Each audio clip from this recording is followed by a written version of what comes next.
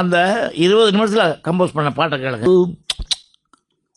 இந்த சவுண்டே நான் கொடுத்து அப்படி ஒரு பாட்டை ரொம்ப பழகிட்டது. ஆமாம். அப்புறம் உங்களுக்கு இந்த பாடல்கள்லாம் ஒரு தாக்கத்தை ஏற்படுத்து, இதெல்லாம் வந்து ஒரு ஒரு மறக்க முடியாது. இதை தவிர வேறு என்ன பாடல்கள்லாம் உங்கள் மனசில் அப்படியே இருக்கு? மனசில் இருக்கிற பாடல்கள், அதாவது மனசில் இருக்க அந்த பாடல்கள் எப்படி உருவாக்கணுங்கிறது தான் ஒரு பெரிய விஷயம். இந்த பாடல்களுக்கு பின்னால் இருக்கிற கதை. ஆமாம். அது விட இப்போ நான் ஒரு சின்ன உதாரணம் சொல்கிறேன்.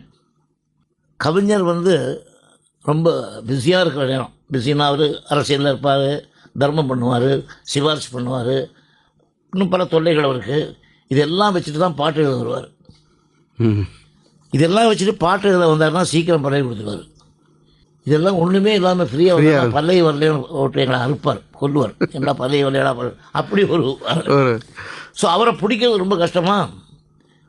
ஒரு என்ன ஆகி போச்சு, ஒரு காலத்தில் கம்போசிங் குரூப்னாக்கா இவர் கவிஞர் வர்றாருனாக்கா கவிஞர் 9 மணிக்கு சொன்னோமா நாங்கள் 8:30 போய் உட்காந்துருவோம், இல்லை 8 போய் உட்காந்துருவோம். சில நாள் ஒரு நாள் என்ன ஆகி போச்சு, இந்த கவிஞர் பெருமான் கரெக்டாக டயத்துக்கு போயிருக்கார். 9 மணிக்குலாம் 9 மணிக்கு போயிட்டார். என்னை பொறுத்த வரைக்கும் நான் என்ன பண்ணேன் அன்றைக்கி என்ன ஆச்சுனாக்கா, அதுக்கு முதல் நாள் 7 to 1, 2 to 9, 9 to 1. எப்படி 7 to 1 காலையில், 2 to 9 மத்தியானம், 9க்கு கொண்டு ராத்திரி மிட் நைட் முடிச்சுட்டு 2 மணிக்கு போய் வீட்டில் படுத்துட்டேன் சார். அன்னைக்கு கொஞ்சம் நான் எப்போ போனாலும் எப்போ படுத்தாலும் காலையில் வேலை இருக்குன்னா ரிங் அலாரம் வச்சா கூட அதை அடிக்கிறதுக்கு முன்னாடி நான் எழுந்திருவேன். அவ்வளோ ரெஸ்பான்சிபிலிட்டியாக இருப்பேன். அன்னைக்கு கொஞ்சம் அசந்து தூங்கிட்டேன். இவர் போய் கரெக்டாக அந்த நேரத்துக்கு போயிருக்கார். போன உடனே எனக்கு ஒரு ஃபோன் வருது என் வீட்டுக்கு. ஃபோனை வந்து என்னுடைய செக்ரட்டரி எடுத்தான். என்னப்பா விஸ்வநாதன் புறப்பட்டாச்சா கவிஞர் கேட்குறாரு. இல்லைங்க அவர் ரொம்ப அசந்து தூங்குறானா, நான் இங்கே வந்து லேராச்சுப்பா, சீனை வர சொல்லி புறப்பட்டு எனக்கு வேலை இருக்கு நிறையா. எனக்கு ஃபோனை கட் பண்ணிட்டார். இந்த பையன் எழுப்பில் என்ன விட்டான். நான் நல்லா மறுபடியும் தூங்கியிருக்கேன். இன்னொரு தடவை ஃபோன் வந்து ஏன் அவனை எத்தனை யார் சொல்கிறது, கவிஞர் இருந்தால் யாராக இருந்தால் எனக்கு என்ன, ஐயா தூங்குறாரு இப்போ எழுப்ப முடியாது, பாவம் ரொம்ப டயர்டாக வந்துருக்காரு, அவனை எழுப்போடான்னு சொல்லியிருக்காங்க. யார் சொன்னால் நான் சொன்னேன் எழுப்பியானோ மிஸ் பண்ணிட்டான். 3 தடவை ஃபோன் பண்ணதுக்கப்புறம் அவர் பொறுமையாக எழுந்துட்டார். ஒரு 9:45 மணி 10 மணி வாக்கில் என்ன பண்ணார், இவன் தூங்க முடிச்சுப்பா என்ன காணோம், நான் ஒரு பல்லவி கொடுக்குறேன் உங்கள் சிச்சுவேஷனுக்கு, அந்த பல்லவிக்கு அவன் வந்த உடனே மெட்டு போட சொல்லுங்கள், மெட்டு போட்டதுக்கப்புறம் நான் வந்து அலுவலகம் வந்து ஜாயின் பண்ணிக்கிறேன், எனக்கு வேறு வேலை இருக்குது, இவன் பெரிய தூங்க முடியா இருக்கான், எப்படி தூங்க மாட்டேன் சொல்லி கடை திட்டி விட்டு பல்லவியை ராமண்ணா கையில் கொடுத்தார். ராமண்ணா தான் டைரக்டர். இந்த ராமண்ணா வந்து படித்து பார்த்தார், கரெக்டாக இருக்குது என் சிச்சுவேஷனுக்கு அப்படின்னு சொல்லி விட்டார். அப்படியா இதுதான் பல்லவி தான் சிச்சுவேஷன் சொல்லிட்டு போயிட்டார். கவிஞர் போயிட்டார். அப்புறம் ஃபோன் பண்ண உடனே நான் உழுது அடித்து ஓடி ஏண்டா சொல்லலை, 3 தடவை ஃபோன் வந்திருக்கேன், அதனால் கிடைக்கிறதே கஷ்டம், இப்படி போட்டு உயிரை வாங்குறேடான்னு சொல்லி இவன் திட்டி குளிச்சு போய் அங்கே ட்ரெஸ் பண்ணி அதையும் குறையமாக போய் நிற்கிறேன். டிஃபன் ஷாப்பில் ஒன்றுமில்ல, கண்ணெல்லாம் சேர்ந்துருக்கு. போய் உட்காந்த உடனே ராமண்ணா பார்த்தாரு. ராமண்ணா வந்து ரொம்ப டென்ஷனே ஆக மாட்டார், என்ன ஆனாலும் காமாக இருப்பார். வாங்க விசு உட்காருங்க, ஒன்றும் ஒரி பண்ணிக்காதீங்க. பல்லவி கொடுத்துட்டு போயிருக்காரு. அந்த பல்லவி வந்து என்னுடைய சீக்வன்ஸுக்கு பொருத்தமாக இருக்குது, உங்களுக்கு மெட்டு வருமானு பாருங்கன்னாரு. அந்த பல்லவியை படித்து பார்த்தோன்னே எனக்கு வந்தது பாருங்க கோபம். ஏன்னு கேட்குறீங்களா, பல்லவி என்ன தெரியுங்களா, அவனுக்கு என்ன தூங்கி விட்டான் அகப்பட்டவன் நான் அல்ல ஒன்று பல்லவி நடந்தது அப்படியே எழுதிட்டார். அப்படியே எழுதாரு. அந்த சிச்சுவேஷன் அவருக்கு பொருத்தமாக இருந்திருக்கு. எனக்கா வந்து இப்படி கோபம் என்ன தூங்க வச்சுக்கிறாரு. வந்தால் என்னப்பா பல்லவி ஓகே பிரமாதமாக இருக்குது கவிஞர் யார் ராமண்ணா. அப்புறம் அனுமதியை கொடுத்தார். இப்படி அவரோட சேர்ந்து எழுதுகிற பாடல்களுக்கு ஒவ்வொரு பாடல்களுக்கும் கதை இருக்கும். அந்த தான் இன்ஸ்பிரேஷன் அவர். ஒரு இதே மாதிரி இன்னொரு இன்சிடென்ட் உங்களுக்கு சொல்ல போனால், பாலாஜி கம்பெனி அங்கே நாங்கள் நிறையா படங்கள் பண்ணியிருக்கோம். அது ஒரு படம் ஒன்று கொஞ்சம் மியூசிக்கல் சப்ஜெக்ட் அதுன்னு வச்சுங்களேன், கொஞ்சம் ஒரு நல்ல உற்சாகமாக பண்ணிகிட்டு இருக்கோம். அப்போ எப்படி இந்த கம்போசிங் குரூப்னால் மியூசிக் டைரக்டரும் இந்த வாத்தியங்கள் கூட இல்லாத இந்த காலம் இப்போ தனியாக தான் பண்ணுவாங்க மியூசிக் டைரக்டர். இப்போ அப்படி இல்லை, அங்கே அசிஸ்டன்ட் டைரக்டர், ஸ்டோரி ரைட்டர், ப்ரொடியூசருடைய சொந்தக்காரங்க, டைரக்டருடைய எடுபடி எல்லாம் சேர்ந்து ஒரு 30 பேர் இருப்பாங்க சார் கம்போஸ். இதுக்கு நடுவில் நானும் கவிஞரும் மெட்டு போடுறப்ப உட்காந்து அவஸ்தைப்படுறோம் பண்ணுவோம். அவன் இது சரியில்லைம்மா, அவன் இன்னொருத்த அது சரியில்லைம்மா. இப்படி ஒரு பாட்டு அமைஞ்சது. வார்த்தை நல்லா இருக்குது, வார்த்தை நல்லா இருக்குங்களா, இந்த வார்த்தைக்கு ஒரு இன்னொரு 4-5 டியூன் போடுங்களேன் விசு அப்படின்னாரு பாலாஜி அவர்கள். சரி பரவாயில்ல நான் போட்டு தரேன் சொல்லி ஒரு 7-8 டியூன் ஒரே வார்த்தைக்கு ஒரே பல்லவிக்கு ஃபுல் சாங் பண்ணிட்டேன். பண்ண உடனே இது எது நல்லா இருக்குன்னு பிரச்சனை வந்தது. ஒருத்தர் என்ன சொல்கிறான், எனக்கு 3வது டியூன் பிடிச்சிருக்காரு அசிஸ்டன்ட் டைரக்டர், டைரக்டர் சொல்கிறாரு எனக்கு 6வது டியூன் பிடிச்சிருக்கிறாரு. எனக்கு 3வது டியூன் 4வது டியூன் எனக்கு நல்லா இருக்குது, கவிஞருக்கு 2வது டியூன் நல்லா இருக்குது, ப்ரொடியூசருக்கு இப்படி எல்லாருக்கும் அது பிடிச்சிது இது பிடிச்சி பைத்தியம் பிடிச்சிக்கிறதுக்கு நிலவே இருக்கும். இதை என்ன பண்ணுறது டிசைட் பண்ணி பார்த்தா ஒன்றும் இல்லை.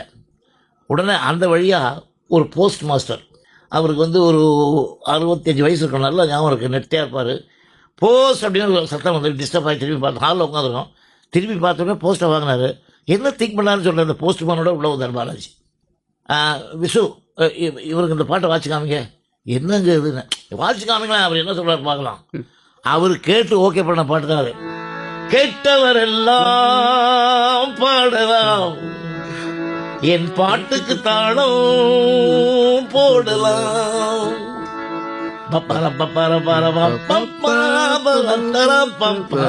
இது அப்படியே பாடிக்கலாம் சொன்னேன். சார் இந்த பாட்டு தான் இந்த மெட்டு தான் நல்லா இருந்தாங்க. சரி ஓகே, அவர் தான் ரசிகர், பொதுமக்கள் ரசிகர், இவர் பொதுமக்கள் பிரதிநிதி, அவர் தான் போட்டாச்சு போட்டு ஓகே பண்ணோம். அந்த படம் ரிலீஸ் ஆச்சு.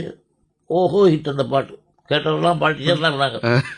அப்படி பாப்புலர் ஆச்சு. அடுத்த படத்துக்கு உட்காந்துருக்கோம் சீரியஸாக.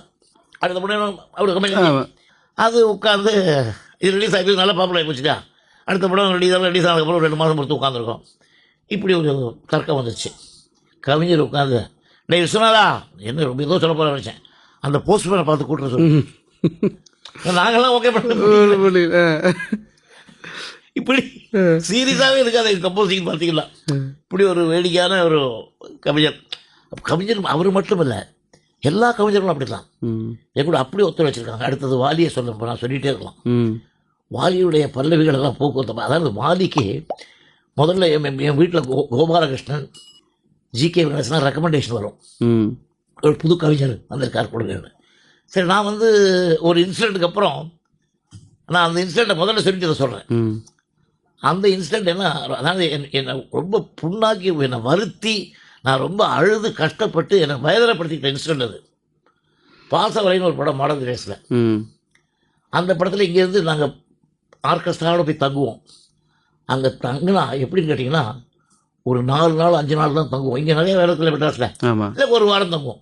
இந்த 1 வாரத்துக்குள்ளே அங்கே இருக்கிற மருதகாசி அவர்கள், கண்ணதாசன் அவர்கள், அங்கெல்லாம் ஆஸ்தான எழுதுவார்கள், இவங்கெல்லாம் தான் பாட்டு எழுதணும். இந்த பாசவலையில் இப்படி ஒரு சீக்வன்ஸுக்கு பாட்டு மாட்டிக்கிச்சு. அந்த பாட்டு வந்து கம்போஸ் பண்ணுறோம் சரியாகவே வரல. யாருக்கு, எனக்கு கவிஞருக்கு ஒத்துக்கலை. கவிஞர்கிட்ட இது மெட்டு நல்லா இல்லடா நாடுங்களா, எனக்கு வார்த்தை பிடிக்கல, அப்படியே பெரிய தர்க்கமாக போச்சு. 3 நாளாச்சு அந்த பரவாயில்ல வரல. நான் ஊருக்கு போய் அவனை மெட்ராஸ் போனோம். சுலைமான் அங்கே ஒருத்தர் இருக்கார், அவர் கொஞ்சம் மியூசிக் டேஸ்ட் உள்ளவர், அங்கே மேனேஜர், ப்ரொடக்ஷன்லாம் பார்த்துக்கிறாரு. அவர் நேராக வந்தார், விசு ஒரு சின்ன ரிக்வஸ்ட் அப்படின்னா. ஒரு மூலம் சென்னை வெளியில் ஒரு புது பையன் நிற்கிறான், நின்றுட்டு போட்டு எனக்கு என்ன இல்லை, அவனுக்கு இந்த கதையெல்லாம் நான் சொல்லியிருக்கேன், அவன் ஒரு பல்லவி கொடுத்துருக்கான் பார்க்குறீங்களா, அவங்களுக்கு பிடிக்குன்னு நினைக்கிறேன். யோ என்ன விளையாடுற நீ, இவ்வளோ பெரிய ஜாம்புகளை வச்சுட்டு பல்லவி வரல, புது ஆளை கொண்டு வந்து என்ன மாதிரி தொல்லை பண்ணுறேன், இந்த புது ஆளெலாம் எனக்கு ஒத்து வராது, வெளியே போய் சொல்லு அப்படின்னா ரொம்ப திவரா ரொம்ப கௌரவமாக. சரி, அப்புறம் பல்லவி போட்டால் வரல. அடுத்த நாளும் உட்காந்தோம். அடுத்த நாள் இருக்கும்போது ஹிம்சை தான் தாங்க முடியும். எனக்கு அவருக்கு பெரிய சண்டை. நான் ஊருக்கு போகிறேன், நீங்கள் வேறு யாராவது வச்சுக்க, இந்த அளவுக்கு வந்தாச்சு, நீ வேறு யாராவது வச்சு எழுதிக்கலான்னு அவர். இந்த அளவுக்கு சண்டை வந்த உடனே மறுபடியும் சுலைமான் வந்தார். நீங்கள் இப்படி அடிச்சுக்காதீங்க, அந்த பையனை வெளியே நிற்க சொல்கிறேன், அந்த பையனை வெளியே நிற்க சொல்கிறேன், அந்த பாட்டை மட்டும் வாங்கிட்டு சொல்கிறேன், நீங்கள் ஒரு தடவை பாருங்களேன், பார்த்தாக்கா அப்புறம் உங்கள் டிசிஷன் அப்படின்ட்டார். அந்த பாட்டை கொண்டாயா, கோவம் எனக்கு கொண்டாயா அண்ணன். அவர் எழுதின பாட்டு, குட்டியாடு தப்பி வந்தான் குள்ளநரிக்கு சொந்தம், குள்ளநரி மாட்டிக்கிட்டா குறவனுக்கு சொந்தம், தட்டுக்கட்ட மனிதர்களில் பட்டதெல்லாம் சொந்தம், சட்டப்படி பார்க்க போனா 8 அடிதான் சொந்தம், சட்டப்படி பார்க்க போனா 8 அடிதான் சொந்தம். அழுதுட்டேன். கொண்டாயா இருந்தால வந்து நிற்கிறான். அதான் பட்டுக்கோட்டை கல்யாண சுந்தரம். அவர் பார்த்தேன், ஒன்றும் பேசல, வாயத்திறக்கல. இவங்கெல்லாம் ஆடிட்டாங்க, சைலண்டாக இருக்குது, பேசலாம். ஏயா நான் இல்லையா 6 அடி தானே சொந்தம்பாங்க, நீ 8 அடின்னு எழுதியிருக்கிய அப்படின்னு கேட்டேன். நான் எல்லாம் முதல் டைலாக் போட்டுக்கிட்டேன். அவர் சொல்கிறார், ஆமாம் 6 அடி தான், அப்படி என்ன மாதிரி ஆளுக்கெல்லாம் 8 அடி வேணுமே. ஒரு வரி மாற்றாம ஒரு 20 நிமிஷத்தில் ஃபுல் டியூன் கம்போஸ் பண்ணியாச்சு. ஆத்ம திருப்தி. ஆனால் என் மனசுக்குள்ளே ஒரு வேதனை. நாங்கள் லாட்ஜில் தங்கியிருக்காங்க. ராத்திரி போனேன், எங்கள் படம் வச்சுருக்கேன், பிள்ளையார் படம் வச்சுருப்பேன், முருகன் படம் வச்சுருப்பேன். அங்கே போய் சாப்பிடல, அழுகிறேன், மண்டையை போட்டு இடிச்சுக்கிறேன். ரொம்ப ரொம்ப வேதனைப்பட்டேன். என்ன வேணாக்கா விஸ்வநாதா உனக்கு இவ்வளோ கொழுப்பா? வந்தவன் யார்? அவர்கிட்ட ஒரு நிமிஷம் என்னன்னு பேசி அவன்கிட்ட என்ன திறமை இருக்கிற யாருக்கு உள்ள உனக்கு இவ்வளோ கொழுப்பாடா, இனிமேல் அந்த மாதிரி பண்ணாத. யார் வந்தாலும் அவங்ககிட்ட என்ன திறமை இருக்குன்னு பார்த்து அனுப்பு. ஒரு 5 நிமிஷம் செலவு பண்ணு. நீ பெரிய அந்த மாதிரி திமிர் பிடிச்சி தெரியாது. நான் நொந்து அலைஞ்சு சாப்பிடாம கொள்ளாமல் இருந்து அப்புறம் எல்லாம் ராமூர்த்தியமே இவங்கெல்லாம் வந்து சமாளப்படுத்தி சாப்பிட்டு விட்டு அப்புறம் பட்டுக்கோட்டையை வச்சு ஒரு பீரியடு போயிட்டே இருந்தோம். என்னுடைய சொந்த படம், எம்ஜிஆர் படம், அது இது நிறைய எழுதினார். அது மாதிரி ஒரு புது ஆளை இன்ட்ரடியூஸ் பண்ணுறதுக்கு வாலின்னு ஒருத்தரை கூப்பிட்டு வந்தாங்க. வாலின்னு கூப்பிட்டு வந்த உடனே இந்த மாதிரி என்னுடைய நண்பர்கள் தான். அவருக்கு முதல்ல ஒரு சந்தர்ப்பம் கொடுத்தோம். அவர் அசத்திட்டார். பூவரையும் பூங்கொடியே இன்னொரு பாட்டு ஒன்று அது எழுதினாரா. அதுக்கப்புறம் அவர் திறமையை பார்த்து நான் கேஎஸ்சி கிட்ட போய் ஒரு கற்பகன் ஒரு படத்துக்கு அவர்கிட்ட போய் ரொம்ப தாழ்மையாக ரெக்வஸ்ட் பண்ணேன். ஒரு வாலின்னு ஒரு புது ஒருத்தர் இருக்கார், என்ன வாலியெல்லாம் வேணாம், கண்ணதாசன் வச்சுருக்கோம், அப்போ தான் எனக்கு டிஸ்ட்ரிபியூட்டர்லாம் காசு கிடைக்கும், ஏதோ ஒரு மாதிரி சொன்னார், பிஸ்னஸ் ஆகுனார். ஒரு சந்தர்ப்பம் கொடுத்து பாருங்க என்ன, ஒரு பாட்டு கொடுங்க என்ன. அத்தை அடிமை தேடி இருந்தார். அதுக்கப்புறம் மறுபடியும் போய் கஞ்சினேன், 1000 இரவுகள் வரது இருந்தார். அதுக்கப்புறம் என்னென்ன 2 பாட்டு தானே அவரே எழுதிட்டுமே என்ன, அப்படி ஒரு ஃபுல் பிக்சர் அவர் கொடுத்தேன். ஸோ இந்த கண்ணதாசன் கூட இருக்கிற ஒரு நெருக்கம், ஒரு ஒரு ஒரு ஸ்நேகம், ஒரு அன்பு, அவர்கிட்ட இருக்கிற தொழிலை மதிக்கக்கூடிய ஒரு ஒரு ஒரு உணர்வு, இதை வச்சுக்கிட்டு நான் வாலிக்கிட்ட போயிட்டேங்கிற ஒரு கோவத்தில் ரொம்ப கோபமாக இருந்தார் என் மேலே. ஒரு பொசசிவ் குணம் அவர். அவர் வந்து வேறு மியூசிக் டைரக்டர் போய் பாட்டு பண்ணிக்கலாம், நான் வந்து வேறு யாரையும் கூப்பிடக்கூடாது. இப்படி ஒரு காலம் அப்போ ரொம்ப கிண்டல் பண்ணார். என்னால் ஆறாது இப்படி இப்படி ஒரு சைடாக பந்தவாக இருப்பார், வந்துட்டு போட்டுமே இதெல்லாம் ஏன் இப்படி. ஸோ அப்பேற்பட்ட ஒரு மனிதர் பல காலங்கள் போச்சு. அதை சொல்கிறேன் ஒரு பேச்சுக்க. வாலி வந்து ஒரு நல்ல நிலைமைக்கு வந்தார், படகோட்டை இருந்தார், அப்படி தான் இருந்தார்.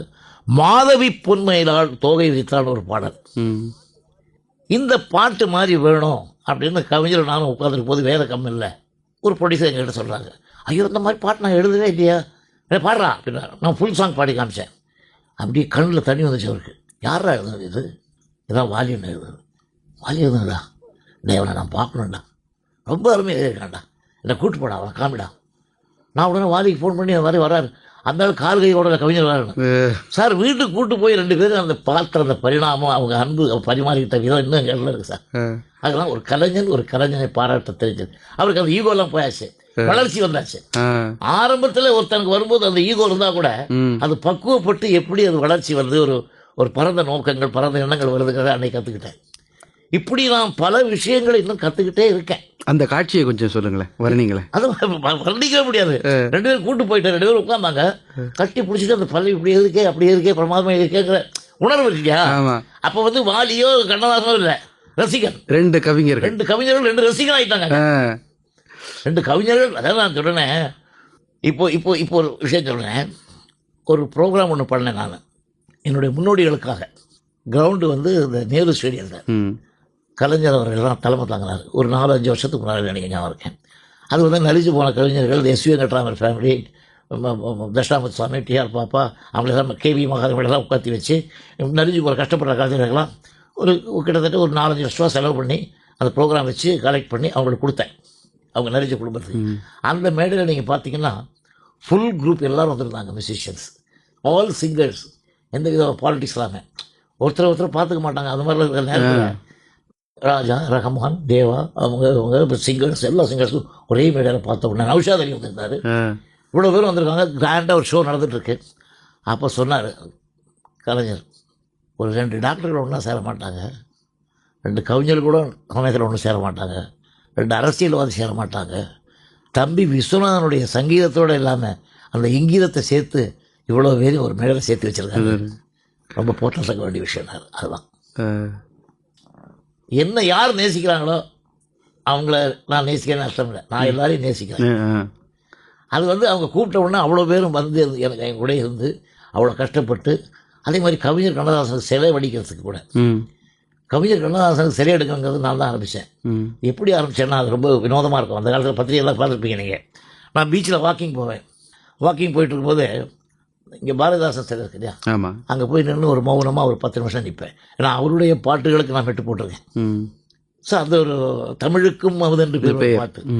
அது வந்து அந்த மெட்டு போட்டதுக்கப்புறம் அவர் சொன்னார் அந்த பாட்டு கேட்கும்போது, ஆமாம் வெறும் பாட்டு பார்க்கும்போது எனக்கு அமுதுன்னு தெரியல, மெட்டோடு கேட்கும்போது தான் தமிழுக்கு அமுதுன்னு அப்படி அவ்வளோ பண்ணி பார்க்குறாரு. ஸோ அந்த ஒரு நன்றிக்காக நான் அவரை எப்போ போய் கும்பிடுவேன். நான் அவரை பார்த்துருக்கேன், நிறையா பழகியிருக்கேன். அங்கே போய் நின்ன உடனே ஒரு நாளைக்கு நின்றுட்டுருக்கேன். நான் டெய்லி போவேன், அங்கே நிற்பேன். அங்கே ஒரு நாளைக்கு அங்கே நின்றுட்டுருக்கேன். இதுதான் இங்கே தான் கொஞ்சம் ஒரு முக்கியமாக கவனிக்கணும். ஒரு நாளைக்கு நின்றுட்டுருக்கேன், ஒரு குச்சியில் தொட்டு மண்டையில் ஒரு அடி என்ன. திரும்பி பார்த்தா கவிஞர் இருக்கார். கவிஞர் செத்து போயிட்டார், எங்கே வந்தார் எனக்கு சந்தேகம். மாறு வரைக்கும் வேட்டி கட்டிக்கிட்டு விபூதி குங்குமம் போட்டு நிற்கிறாரு. என்னடா இங்கே நின்றுட்டுருக்கேன்னாரு. சிலையை பார்த்தேன் ஆனந்தமாக. எனக்கு ஒரு சிலை வைக்கப்படாதா? நான் என்ன பண்ணுவேன், எங்கே வைப்பேன்?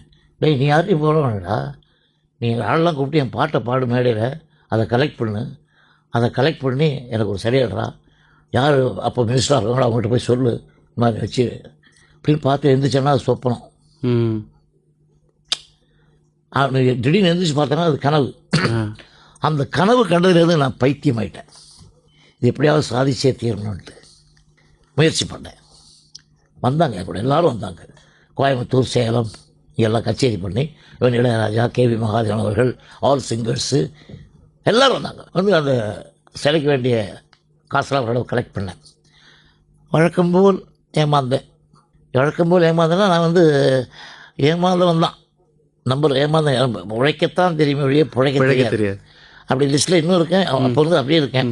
கொஞ்சம் பேர் ஏமாற்றினாங்க, சரியாக பணம் இல்லை. சரி பரவாயில்ல, இருக்கிற பணத்தை வச்சு சிலைக்கெல்லாம் ஆர்டர் கொடுத்து அதை வைக்கலான்னு சொல்லி இடம்லாம் ரெடி பண்ணிகிட்டு இருக்கும்போது அந்த இடம் போய் எங்கே இருக்கலாம்னாக்கா, பீச்சில் வைக்கிறதுக்கெல்லாம் இடம் இல்லை, ஒன்றும் இல்லை. நான் ஒரு பேர், ஒரு ஆர்வத்தின் பேரில் ஒரு நம்ம ஒரு பேர், ஒரு நல்ல பேர், ஒரு தேவகி ஹாஸ்பிட்டலில் ஒரு டாக்டராக இருக்கார், பேர் டாக்டர் சொக்கலிங். அவரு நாங்கள்லாம் சங்கராச்சாரிய மடத்துக்கு போயிருக்கோம். அவரை போய் பார்த்து தரிசனம் பண்ணி, கவிஞர் சிலர் நீ 10ஓட 11 பீச்சில் வைக்க முடியாது, உனக்கு வைக்கிறதுக்கு சந்தர்ப்பம் கிடைக்காது, அவர் பழக இடத்துல தான் உனக்கு கிடைக்கும் அப்படின்னு ஒரு ஆசிரியர் மாதிரி சொல்லிட்டார். நாங்கள் வந்தோம். பாடினாக்கா அவர் ரோஹிணி இன்டர்நேஷ்னல் ஹோட்டல் இருக்குல்ல, அங்கே ஒரு இடம் இருக்குது. அது வாங்கணுன்னாக்கா கொஞ்சம் காசு பத்தாது என்கிட்ட. எனக்கா ரொம்ப கஷ்டமாக போச்சு. இவ்வளோ கஷ்டப்பட்டு கலெக்ட் பண்ணி அந்த சிலைக்கும் கொடுத்தோம், அந்த இடத்துக்கும் பணம் கொடுக்கணும், பணம் இல்லை. போய் அம்மா தான் பிறந்தாங்க, ஜெயலலிதா அம்மா. அவங்ககிட்ட போனேன். போய் ஆக்சுவலாக அழுதேன். என்னை பார்த்தோன்னே, நீங்கள் கவலைப்படாதீங்க, நான் அந்த இடத்த தரேன், நானே கவர்மெண்ட் செலவில் அந்த சிலையெல்லாம் சொல்கிறேன், நான் கூட இருக்கேன்னு சொன்னாங்க. அந்த நன்றி நான் சாகர வரைக்கும் மறக்க மாட்டேன். உங்கள் ஆத்ம நண்பருக்கு ஒரு சிலை எடுக்கிறதுக்கு எவ்வளோ கஷ்டப்பட்டிருக்கீங்க. அந்த கஷ்டத்தில் வந்து கை கொடுக்குற மாதிரி ஒரு பெரிய ஒரு காரியம் பண்ணாங்க. எனக்கு என்ன ஆசை, இந்த ஃபங்க்ஷனுக்கு கலைஞரும் வரணும்னு ஆசை. அவர் சொன்னாங்க ரொம்ப நாகரீகமாக, உங்களுக்கு வேண்டியவங்களை மாதிரி கூப்பிடுங்க, அது ஒன்றும் பிரச்சனை இல்லை. ஸோ அவருக்கு ஃபோன் பண்ணால் வந்துடுவார், வரையணும்னு சொல்லுவார். அவருக்கு என்ன மகிழ்ச்சியாக ஒரு வார்த்தை சொன்னார், நீங்கள் நடத்துங்க, சந்தோஷம். இப்படி எனக்கு வந்து சத்தியமாக சொல்கிறேன், பாலிடிக்ஸ் தான் என்னன்னே தெரியாது. எனக்கு வந்து உழைக்கத்தான் தெரியும், பிழைக்க தெரியாது சொல்லிட்டேன். பாலிடிக்ஸும் தெரியாது. தெரிஞ்சதெல்லாம் கொஞ்சோண்டு மியூசிக், அவ்வளோதான். அதோட என்னோட விஷயம் என்னன்னு கேட்டிங்கன்னாக்கா, இந்த லெவலில் நான் என்ன பண்ண போகிறேன்னு தெரியல. அந்த இடம் வந்து உங்களுக்கு நான் ஃப்ரீயாக கொடுத்துட்றேன், இது நான் கவர்மெண்ட் செலவில் பண்ணிக்கிறேன்னு சொன்ன உடனே என்னால் தாங்க முடியல. நீங்கள் வேணால் தனியாக ஒரு நிகழ்ச்சி அன்றைக்கி அவங்களெல்லாம் கூப்பிட்டு, அந்த யாராருக்கு கஷ்டப்பட்டாங்களோ அவங்களெல்லாம் கூப்பிட்டு மரியாதை பண்ணுங்க அப்படின்னு சொல்லிட்டாங்க. ஸோ இதில் பாக்கி உள்ள பணம், அந்த பணம் எல்லாம் போட்டு பண்ணி அந்த நிகழ்ச்சி நடந்தவங்களுக்கு, அவங்களுக்கு வந்தவங்களுக்கெல்லாம் ஒரு அளவுக்கு ஒரு பொண்ணை வைக்க வேண்டிய இடத்துல பூவையும் வச்சு அந்த மரியாதையும் காப்பாற்றி, அதை அப்படி ட்ரெடிஷன் மாதிரி அந்த சங்கம், அந்த கண்ணதாசன் கமிட்டிங்கிறது அந்த இது போயிட்டே இருக்கணும், டெவலப் பண்ணிட்டே இருக்கு. அது இந்த விருது வாங்குறவங்களுக்கு, நல்லா படிக்கிறவங்களுக்கு கொடுக்கணும்னு ஆசைப்பட்டுட்டு இருக்கேன், அது வச்சுருக்கேன். அப்படி ஒரு நல்ல காரியங்கள்லாம் நடக்கிறதுக்கு, ஏன்னா ஒரு கவிஞன், ஒரு இசையமைப்பாளர்கிற சினிமாவில் மட்டும் இல்லை, ஒரு பாட்டுக்கு எவ்வளோ முக்கியங்கிறத நமக்கு பின்னால் வர சந்ததிகள் தெரியணும். இந்த ஒரு நல்ல இப்போ பாருங்க, அந்த சிலை வைக்கிறதுக்கு, அந்த சிலை வச்சதுக்கப்புறம் ஒரு ஐபிஆர் ஃபங்க்ஷன் ஒன்று இங்கே நடந்துட்டு இருக்கும் வருஷம் இந்தியன் பாப்பாங்க சொசைட்டி. அதில் என்னுடைய தெய்வம் மாதிரி நினச்சிட்டு இருக்க குருநாதர் நௌஷாத் இருக்கார். அவர் அந்த சிலையை பார்த்து சொன்னார், எங்கள் கூடலாம் எவ்வளவோ கவிஞர்கள்லாம் வேலை செஞ்சாங்க, என்னால் அதை வைக்க முடியல யாருக்கும், நீ நல்லா இருப்படாதே அப்படின்னாரு. அதுதான் அவங்களுடைய ஒரு வாழ்த்து, ஒரு ஆசீர்வாதம். அந்த எண்ணங்கள்லாம் கவிஞர், இசையமைப்பாளர். நான் என்ன சொல்லுவேன், இந்த கவியும் இசையும் தெரிஞ்சவங்கள கடவுள் மாதிரி நினைப்பேன். சரி, இப்படி செலவைக்கிற அளவுக்கு உங்களுக்கும் அவருக்கும் இருக்கிற நெருக்கம் இருக்கு இல்லையா, அது எப்படி? ஒரு மற்ற கவிஞர்கள்லாம் இருக்கிறாங்க, வாலி இருந்தாங்க, பட்டுக்கோட்டை, நீங்கள் 2 பேரும் அறிமுகப்படுத்தினீங்க, மற்ற கலைஞர்களும் கவிஞர்களும் எழுதியிருக்கிறாங்க. இவர் கூட உங்களுக்கு அவ்வளோ நெருக்கம் எப்படி ஏற்பட்டது? நான் தான் சொன்னேன், அவரை நான் பார்த்தது 46, பழகினேன், அப்புறம் பல படங்களுக்கு பாட்டு எழுதினேன், அவரோட சேர்ந்தேன். அப்போ அவர் என்ன சொல்லுவார், டெய்லி சொன்னாதா, எனக்கு இந்த ஹிந்தி பாட்டுக்கு மெட்டுக்கெல்லாம் பாட்டு எழுதிய முதுகெல்லாம் கூணு விழுந்து போச்சு, என்ன இனிமேல் நான் என்ன பண்ண போகிறேன், ஒரு படம் ஆரம்பிக்க போகிறேன், என்னோடய திறமையெல்லாம் குழிய கொண்டணுன்ட்டு, அதுக்கு நீ உதவியாக இருப்பியான்னு கேட்டார். ஏன்னா பணங்களாம் கேட்குறான்னு பயந்தேன். என்ன கேட்குறீங்க, இல்லை நீ வந்து நான் கொடுக்குற பாட்டுக்கு மெட்டு போடணும், நீ மெட்டெல்லாம் எனக்கு கொடுக்கக்கூடாது, உன்னால் முடியுமா? என்ன சொல்கிறீங்க, இதெல்லாம் அப்படி படம் நல்லா இருக்காதே, அப்படி பண்ணால் நீ பண்ணு, இல்லைனா கேவி மகாதாவனே வேறு ஏதாவது போட்டுக்க போகிறேன், அவங்க பண்ணிடுவாங்க, எனக்கு தெரியும். அப்போது பார்த்தேன், சேலஞ்ச் எழுதிங்க. எங்களுக்குள்ள சேலஞ்ச் வந்து சார் 10 பாட்டு, மாலையிட்டில் மகிழ்னு ஒரு படம், அதில் வந்து மறுபடியும் ஒரு பிரேக் டிஆர் மகாலிங்கம் அவர்களுக்கு, அவருக்கு வித்தியாசமான பாடல்கள், அவரும் கோமளமாகவும் ஒரு பாட்டு பண்ணாங்க, நானன்றி யார் வருவார்னு. அது லோ பிச் சாங், சைகால் மாதிரி இருக்கும் அது கேட்கும்போது. ஸோ அதெல்லாம் புதுவிதமாக பண்ணி எல்லாத்தையும் அதை மேட்டரை வாங்கி தான் மீட்டரை கொடுத்தேன். அதாவது சந்தத்துக்கு மெட்டு, அதாவது வார்த்தைக்கு மெட்யூன், 10 பாட்டும் சேலஞ்ச் பண்ணி போட்டு கொடுத்தோம். ஸோ அதுலேருந்து எங்களுக்குள்ள ஒரு பெரிய நட்பு, ஒரு ஈடுபாடு, குடும்ப நண்பர்.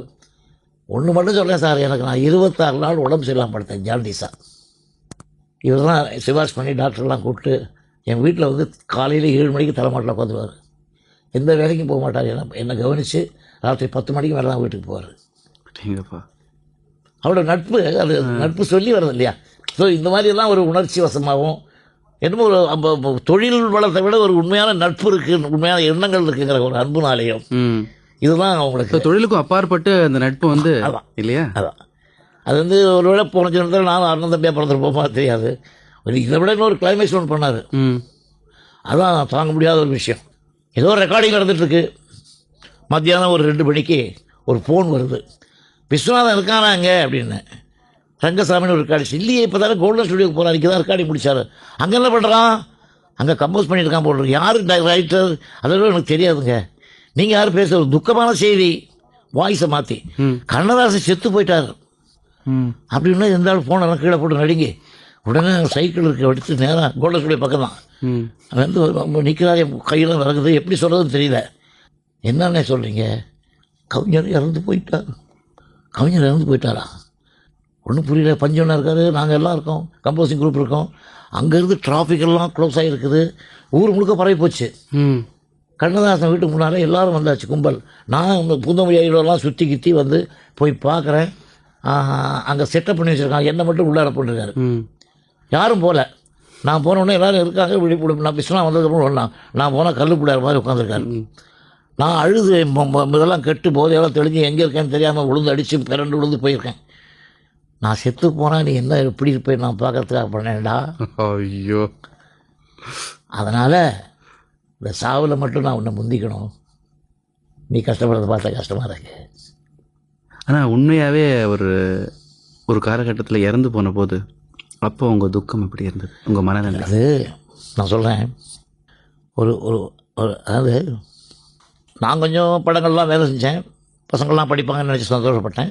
அவர் சரியாக படிக்கிறாரு, படம் எடுக்க வந்தாச்சு. படம் எடுத்து எனக்கு கொஞ்சம் 10-14 பிக்சர் நான் ப்ரொடியூசர் ஆனேன்னு வழி நான் மியூசிக் டைரக்டர் தான், எல்லாம் அவங்க தான் பார்த்துக்கிட்டாங்க. கொஞ்சம் நஷ்டம் வந்தது, பல சொத்துக்கள் விற்க வேண்டியதாக போச்சு, கொஞ்சம் கஷ்டமான நிலைமை. அமெரிக்காவுக்கு ஒரு ட்ரீட்மெண்ட் போகிறாரு, எங்கே போனாலும் என்னை கூப்பிட்டு போவார். ரஷ்யாவுக்கு போகும்போது நாங்கள் போயிட்டோம், ஒன்றா போயிருக்கோம், எங்கேயும் நாங்கள் இருப்போம், வார்பட்டுக்கு போகும்போது இருப்போம். இங்கே என்னால் போக முடியல, அங்கே போய் ட்ரீட்மெண்ட் பண்ணுவார், அடிக்கடி ஃபோன் பண்ணுவார். அங்கே சிக்காகோவில் ஹாஸ்பிட்டல், இங்கே கூடயும் ஒரு ஹாஸ்பிட்டல் அனுப்பிச்சிருக்காரு எம்ஜிஆர் அவர்கள். ஸோ அங்கேருந்து ஒரு நாளைக்கு ஃபோன் வருது வீட்டுக்கு காலையில், இந்த மாதிரி ஒரு பிரச்சனைங்க. என்னன்னு கேட்டால், தூக்கத்துலலாம் கம்போசிங்கில் உட்காந்துருக்க மாதிரியும், என்னை திட்டுற மாதிரியும், என்னை விட்டு விளையாடுற மாதிரியும், ஏதோ பேசுகிற மாதிரியும், விஸ்வநாதனை பற்றியே நினச்சிட்ருக்காரு. அங்கே அவங்க மனைவிகள்லாம் உட்காந்துருக்காங்க, இருந்தாலும் கூட அவன் யாரையும் கேர் பண்ணல. விஸ்வநாதன் அனுப்ப முடியுமா அப்படிங்கிற மாதிரி ஒரு ஃபோன் கால். எம்ஜிஆர் எனக்கு ஃபோன் பண்ணி சொன்னார், நீ கொஞ்சம் போறியா விஸ்வ அப்படின்னாரு. நான் இப்போ போக முடியாது, நான் கொஞ்சம் பிரச்சனையில் இருக்கேன், ஒரு 10 நாள் டைம் கொடுங்க.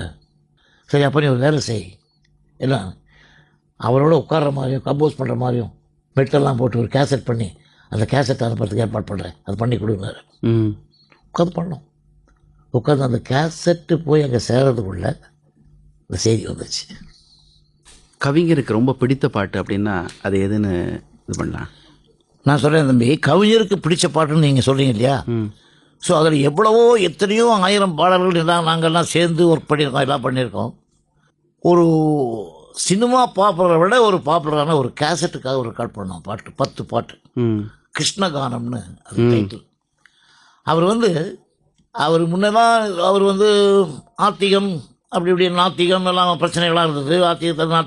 நாத்திகமாக அது நிமிஷத்துக்கு அவரோட செய்தி வேறு சமாச்சாரம். பட் அவருக்கு உணர்வுகள்லாம் ஒரே உணர்வு தான்.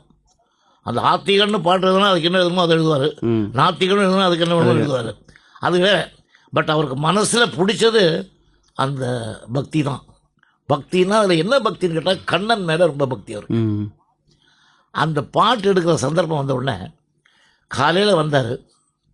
காலையில் வந்த உடனே ஒரு 3 பாட்டு முடித்தார். காலையிலனாக்கா ஒரு 2 நண்பர் எனக்கு வாழ்க்கையில், 2 நண்பர்கள். ஒரு நண்பர் சூரிய உதயம் பார்க்காத நண்பர், இன்னொரு நண்பர் சூரிய அஸ்தமானம் பார்க்காதவர்.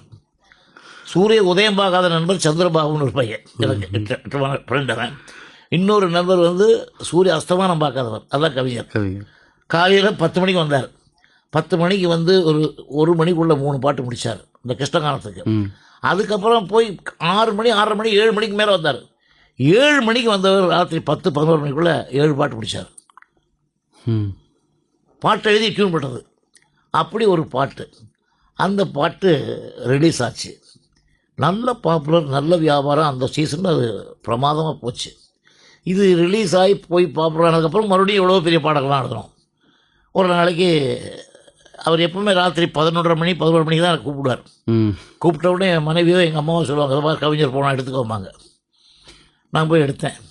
என்னடா தூங்கிட்டியா? இல்லை கவிஞரை, என்ன வேணும்னு சொன்னேன். இந்நேரத்தில் ஏன் போட்டு கொடுறேன், நாளைக்கு வேலை இருக்குது எனக்கு. இல்லை நீ என்ன செய்கிற சொன்னேன். என்ன செய்கிறேன், இந்நேரத்தில் என்ன செய்கிறேன்னு சொல்லிட்டு தூங்க போகிறேன். எனக்கு ரொம்ப பிடிச்ச பாட்டு. நான் இப்போ ஒரு 20 தடவை கேட்டேன் டேப்பில். என்ன பாட்டியா? புல்லாங்குழல் கொடுத்த மூங்கிலோட, அதுதான் எனக்கு ரொம்ப பிடிச்ச பாட்டு. சரிங்க, நான் சந்தோஷம். இல்லை நான் ஒரு காரணத்துக்காக சொல்கிறேன். கண்டிப்பாக நான் உனக்கு முன்னால் நான் இறந்துருவேன் சொல்கிறேன். அப்படி நான் இறந்தேன்னாக்கா நீ எங்கே மேடையில் போனாலும் எனக்கு பிடிச்ச அந்த பாட்டை நீ முதல்ல பாடி தான் ஆரம்பிக்கணும். அந்த பாட்டு இப்போ கொஞ்சம் ஃபோனில் பாடுறான்னாரு. நான் பாடினேன். புல்லாங்குழல் கொடுத்த மூங்கில்களே, எங்கள் புருஷோத்தமன் புகழ் பாடுங்களே, கொண்டாடும் கங்கை மலர் தோட்டங்களே, எங்கள் மதுசூதனன் புகழ் பாடுங்களே, புல்லாங்குழல் கொடுத்த மூங்கில்களே, எங்கள் கண்ணதாசன் புகழை பாடுங்களேன்னு முடிப்பேன். ஸோ இந்த பாடலுக்கு எங்கே கச்சேரி நடந்தாலும் அங்கே ஒரு ஓரத்தில் இருப்பார், அவர் இருந்தாங்க. அவருடைய நம்பிக்கை என்னுடைய நம்பிக்கை. அப்படி இஷ்டமான பாட்டு அவருக்கு.